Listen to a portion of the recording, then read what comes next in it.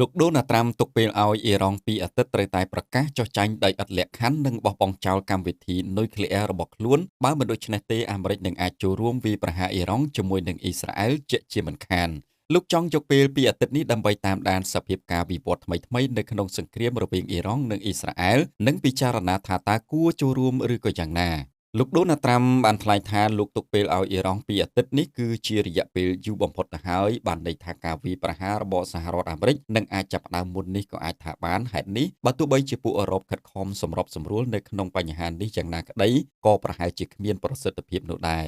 ត្រាំទទួលស្គាល់ថាការអំពាវនាវឲ្យអ៊ីស្រាអែលបញ្ឈប់ការវាយប្រហារប្រហែលជាមិនអាចទៅរួចនោះទេ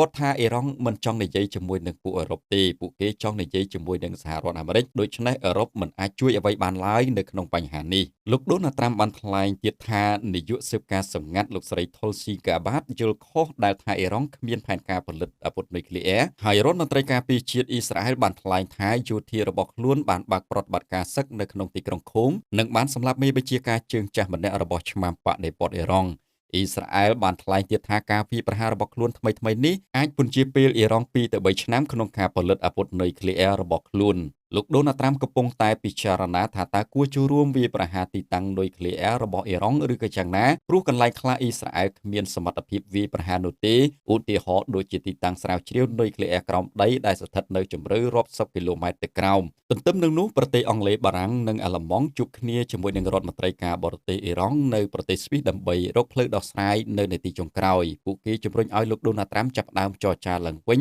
ប៉ុន្តែលោកដូណាល់ត្រាំធ្លាប់និយាយតាំងពីមុនមកថាបើអ៊ីរ៉ង់មានចិត្តចង់ចរចាគ្នាឲ្យមានកិច្ចព្រមព្រៀងប្រហែលជាចរចាគ្នាត្រូវតាំងពីយូរណាស់មកហើយដូច្នេះគាត់គ្មានអារម្មណ៍ចរចាតទៅទៀតនោះទេហើយពីអាទិត្យដែលគាត់ទុកពេលឲ្យអ៊ីរ៉ង់ទម្លាក់អាវុធចុះចាញ់ហើយរំលាយកម្មវិធីនុយក្លេអ៊ែររបស់ខ្លួនចោលរដ្ឋមន្ត្រីការបរទេសបារាំងយល់ថាការចរចាគ្នាគួរធ្វើឡើងទាំងនៅពេលកំពុងតែវាយប្រហារគ្នាប៉ុន្តែរដ្ឋមន្ត្រីការបរទេសអ៊ីរ៉ង់ថ្លែងថារដ្ឋាភិបាលរបស់លោកមិនអាចទទួលយកសេណារីយ៉ូវាយគ្នាផងចរចាគ្នាផងនោះទេដូច្នេះសេណារីយ៉ូទាំង3សំខាន់ទី1ទម្លាក់អាវុធចុះចាញ់តាមសំណើរបស់លោកដូណាល់ត្រាំទី2វាយគ្នាផងនិងចរចាគ្នាផងតាមសំណើរបស់អឺរ៉ុបនិងទី3ផ្អាកការវាយប្រហារគ្នាសិនទើបចាប់ផ្ដើមចរចាគ្នាតាមសំណើរបស់អ៊ីរ៉ង់